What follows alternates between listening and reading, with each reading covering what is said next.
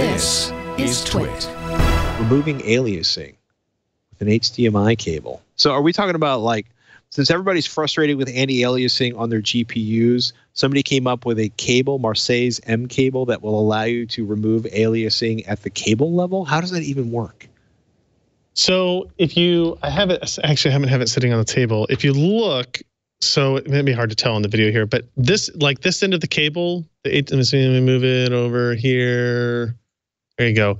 It's just like a taller connector, and it actually has a USB cable coming out of it too for power. There's actually a small DSP inside that connector, right? And that's why it's directional, right? Like, so this says TV and this says source, right? So you have to plug it into the, you know, this goes into your console or your PC or whatever, and then this side goes into the TV.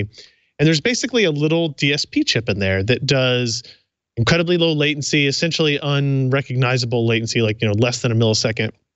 Right. And it does, you know, fairly basic levels of anti-aliasing, but noticeable amounts of anti-aliasing. And it does it all on the fly, you know, in irrelevant of the source or the content or whatever, which is both good and bad in some ways. And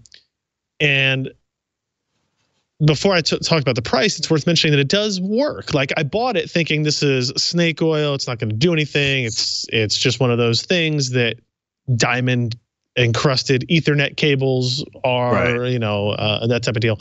But it actually does do stuff, right? So we tested Hitman, Rise of the Tomb Raider, and then we looked at Unreal Tournament 2004, an older game that didn't have any AA support.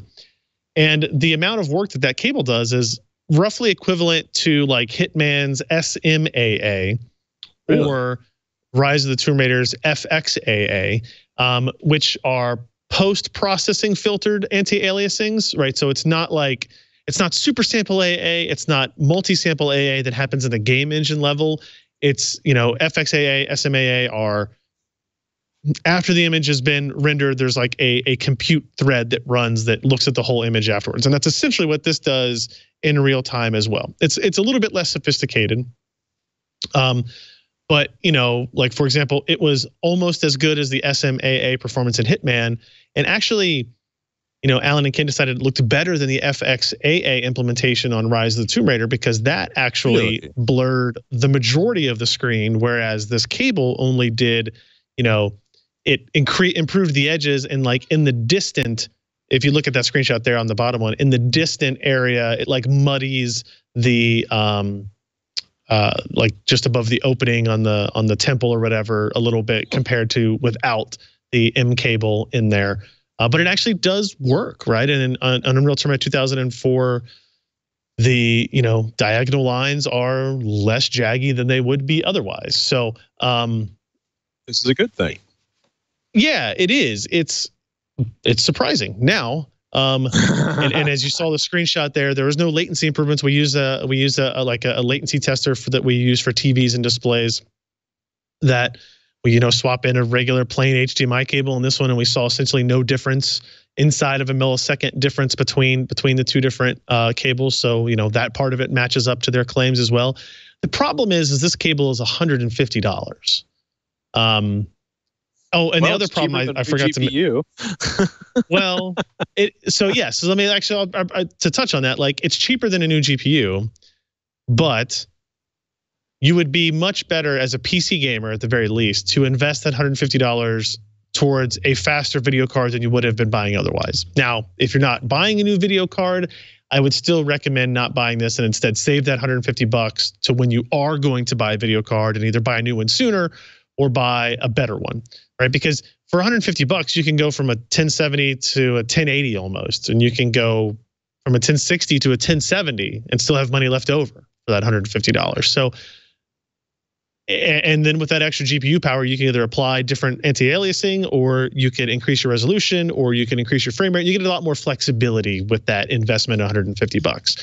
If you're a console gamer that's like, you're tied to your Xbox 360 or your PS3, you don't have settings, those games don't implement a lot of anti-aliasing, and in a lot of instances, you know, a cable like this might be an interesting investment, right? I don't want to say investment. It's not an investment or anything. It might be an interesting purchase, you know.